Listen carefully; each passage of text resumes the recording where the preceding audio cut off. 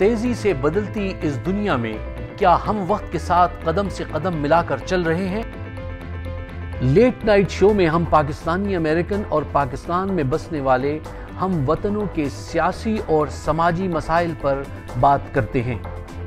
Motivational single talk, طنزیہ شاعری، book review, investigative reports. F B I پاکستانیوں کو شک کی نگاہ سے کیوں دیکھتی ہے؟ پاکستانی امریکہ میں ہر فیلڈ میں ممتاز مقام کس طرح حاصل کر لیتے ہیں؟ امریکن پالیٹکس میں پاکستانیوں کا بڑھتا ہوا کردار۔ پاکستانی امریکن کی نئی نسل کس طرف جا رہی ہے؟ پاکستانی امریکن مذہب پسند ہے یا انتہا پسند؟ امریکن میڈیا، تھنک ٹینکس اور عام امریکی شہری ہمارے متعلق کیا سوچتے ہیں؟ آپ یہ سب جان سکتے ہیں ہمارے ساتھ late night show with Faiq Siddiqui and عین الحق۔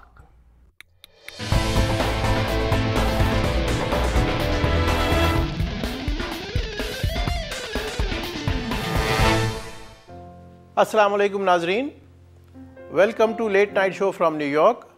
مائی نیم از عین الحق۔ ناظرین، پاکستان کی سیاسی جماعتیں پاکستان کی سیاست میں کیا کردار ادا کر رہی ہیں؟ کیا یہ پاکستان میں سیاسی کلچر کو فروغ دے رہی ہیں یا کرپشن کو؟ اس کے ساتھ ساتھ ہم یہ بھی جاننا چاہیں گے کہ ان جماعتوں کے اندر کتنی جمہوریت ہے۔ اس ہفتے کے segment single talk wake up call میں فائق صدیقی صاحب آپ سے اسی موضوع پہ بات کریں گے، تو آئیے دیکھتے ہیں ان کی رپورٹ۔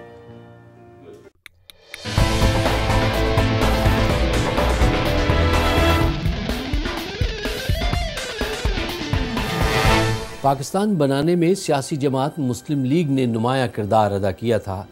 پاکستان کے ٹوٹنے میں بھی سیاسی جماعتوں نے اہم کردار ادا کیا تھا۔ اب پاکستان میں سیاسی کلچر کے بجائے ان جماعتوں نے کرپشن کلچر کو فروغ دیا۔ اقتدار کی خاطر ہر قانون کو توڑا جاتا ہے۔ سیاسی جماعتوں میں کرپشن دنیا کے ہر ملک میں ہوتا ہے۔ تھرڈ ورلڈ کے ممالک کو بڑی طاقتیں استعمال کرتی ہیں، لیکن دوسرے ممالک کی سیاسی جماعتیں ان کا اعلی کار بنتے وقت یہ بات واضح کر دیتی ہیں کہ وہ ان کے مقاصد پر کام ضرور کریں گی، لیکن اپنے ملک کے جغرافیے کے خلاف اور اپنے مذہب کے خلاف کام نہیں کریں گی۔ ہماری سیاسی جماعتیں اقتدار حاصل کرنے کے لیے اپنے جغرافیے کی قربانی، مذہب کو بدنام کرنے، ہر بات کے لیے راضی ہو جاتی ہیں۔ یہ ڈاؤن ورڈ ٹرینڈ کب تک قائم رہے گا؟ پاکستان میں اگر کوئی شخص اپنے اجلے دامن کے ساتھ، زندہ ضمیر کے ساتھ کسی سیاسی پارٹی میں چلا جائے اور کچھ عرصہ وہاں گزارنے کے بعد جب اس پارٹی سے باہر نکل کر آتا ہے تو اس کا دامن داغدار ہو جاتا ہے اور اس کا ضمیر بوجھل ہو جاتا ہے۔ ایسا کیوں ہوتا ہے؟ کیا ہماری سیاسی جماعتیں سیاسی کلچر کو فروغ دے رہی ہیں یا کرپشن کے کلچر کو فروغ دے رہی ہیں؟ یہ بات جاننے کے لیے ذرا گہرائی میں اترنا ہوگا۔ پاکستان میں ہم سیاسی جماعتوں کو 3 حصوں میں تقسیم کر سکتے ہیں۔ پہلی وہ جماعتیں جن کو ہم مرکزی جماعتیں کہہ سکتے ہیں، جن کے آفیسز تقریباً تمام بڑے شہروں میں، تمام 4 صوبوں میں موجود ہیں۔ ان پارٹیز میں زیادہ تر وہ لوگ موجود ہیں جو بڑے بڑے جاگیردار، سرمایہ دار ہیں، انڈسٹریلسٹ ہیں۔ یہ پارٹیز عوام سے ووٹ اور جاگیرداروں سے نوٹ لے کر اپنا سفر شروع کرتی ہیں، اور کمال یہ ہے کہ دونوں کو یہ یقین دلا دیتی ہیں کہ ہم تمہارے حقوق کا تحفظ کریں گے۔ دوسری جماعتیں وہ ہیں جو صوبائی سطح کی جماعتیں ہیں۔ ان جماعتوں میں زیادہ تر جماعتیں وہ ہیں جو اس صوبے کے مسائل کو، حقیقی مسائل کو اجاگر کرتی ہیں، اور اس کے علاوہ وقت گزرنے کے ساتھ ساتھ نئے نئے مسائل بھی تلاش کرتی رہتی ہیں، لیکن ان مسائل کو حل نہیں کرتی۔ یہ چاہتی ہیں وہ مسائل وہیں کھڑے رہیں اور اس پہ جو ہے ان کی سیاست چمکتی رہتی ہے، یہ آگے بڑھتے رہتے ہیں۔ اگر یہ حکومت کے ساتھ ہیں تو سب چیزیں ٹھیک ہیں، اور اگر یہ حکومت کے ساتھ نہیں ہوں تو پھر یہ احساس محرومی کی بات دوبارہ شروع کر دیتے ہیں اور اپنی اسٹریٹ پاور کا مظاہرہ بھی کرتے ہیں۔ تیسری جماعتیں وہ ہیں جن کو آپ مذہبی جماعتیں کہتے ہیں۔ پاکستان میں مذہبی جماعتوں کی جڑیں بہت گہری ہیں، لیکن ان کے دامن فرقہ بندی کے باعث بہت داغدار ہیں۔ 60 سال گزرنے کے باوجود آج تک کسی سیاسی مذہبی جماعت کی طرف سے پاکستانی معاشرے میں کوئی ماڈل بنا کے پیش نہیں کیا گیا.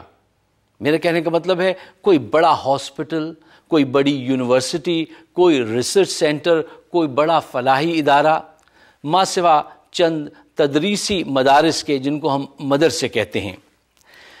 کیا وجہ ہے کہ پاکستان میں اتنی بہت ساری سیاسی جماعتوں کی موجودگی کے باوجود اب تک ہمارا معاشرہ سیاسی جمود کا شکار ہے؟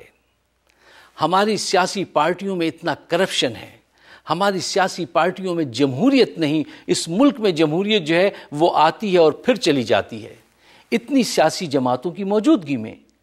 اس کی وجہ غالباً یہ ہے کہ ہماری سیاسی جماعتوں میں خود اپنے اندر جمہوریت نہیں ہے. کتنی جماعتیں ایسی ہیں جہاں پابندی سے الیکشن ہوتے ہیں اور لوگ اس پارٹی کے لیڈر کو جو ہے منتخب کرتے ہیں، مے بی 1 or 2. اور آگے بڑھیے، ان جماعتوں کے اندر کتنی جماعتیں ایسی ہیں جن کے پاس ان کا منشور ہے. اگر آپ جا کے پوچھیں کسی پارٹی سے کہ آپ کا سیاسی منشور کیا ہے تو بہت سارے لوگ آپ کو اس کا تسلی بخش جواب نہیں دیں گے.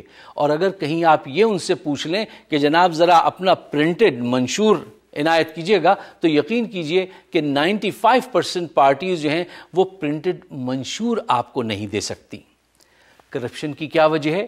کرپشن کی ہماری وجہ یہ ہے کہ ہماری سیاسی پارٹیوں میں قوت جو ہے وہ ہمیشہ ایک آدمی کے پاس یا اس کے چند نور نظر لوگ جو اس کے ارد گرد ہوتے ہیں، جو اس کی ہر غلط بات کو بھی صحیح بتاتے ہیں، ان کے پاس ہوتی ہے.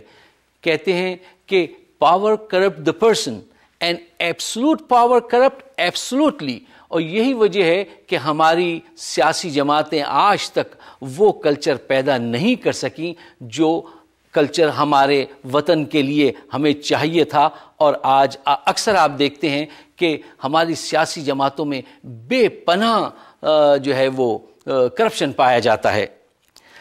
آپ کہیں گے کہ کرپشن تو ہمارے وہاں انفرادی سطح پہ بھی ہے اور بزنس میں بھی ہے اور اسپورٹس میں بھی ہے. یہ بات بالکل صحیح ہے، ہمارے وہاں ہر سطح پہ کرپشن ہے. ہم سیاسی جماعتوں کے کرپشن پہ کیوں بات کرتے ہیں؟ وہ اس لیے کرتے ہیں کہ پہلے تو یہ بات کہنی چاہیے کہ کرپشن کہیں پہ بھی ہو وہ غلط ہے، اس کو ختم ہونا چاہیے.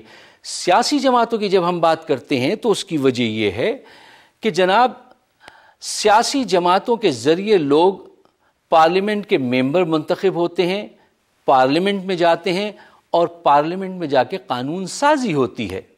اگر کوئی کرپٹ آدمی قانون بنا رہا ہو تو وہ کس قسم کا قانون بنائے گا؟ وہ اسی قسم کا قانون بنائے گا کہ جس اس سوسائٹی میں غلط کام کرنے کے لیے آسانی ہوگی اور صحیح کام کرنا مشکل ہو جائے گا.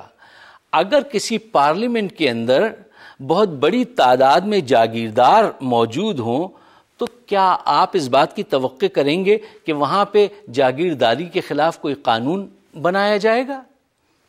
یہ بڑی سوچ و فکر کی باتیں ہیں. انہی سیاسی پارٹیوں سے وہ افراد بھی سامنے آتے ہیں جو بہت سارے اداروں کے سربراہ منتخب ہوتے ہیں.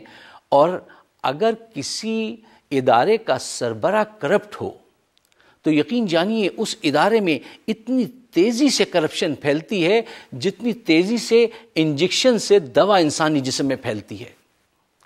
اس کرپشن کو کیسے روکا جائے؟ اس کرپشن کو اس طرح سے روکا جا سکتا ہے کہ ہماری سیاسی پارٹیوں کی کوئی اکاؤنٹیبلٹی جو ہے ان پہ وہ بڑھائی جائے. ان کے اندر جو پارٹی پاور اتھارٹی جو ہے اس کو پیش نظر رکھا جائے اور ہمارے لوگوں کے اندر ایک پازیٹیو ایٹیٹیوڈ پیدا کیا جائے ہماری اپنی سیاسی پارٹیز کے اندر. اور حکومت کا بھی یہ فرض ہے کہ وہ چیک اینڈ بیلنس کو جو ہے اور زیادہ واضح طور پہ سامنے لائے. وقت گزرتا جا رہا ہے، اگر سیاسی جماعتوں نے سیاسی کلچر کے بجائے کرپشن کے کلچر کو فروغ دیا تو یقین کیجئے کہ آج ہم جو دنیا میں جب بے ایمانی کی بات آتی ہے تو دوسرے تیسرے نمبر پہ ہوتے ہیں، اور جب ایجوکیشن کی بات آتی ہے تو ہمارا نمبر ہوتا ہے 148.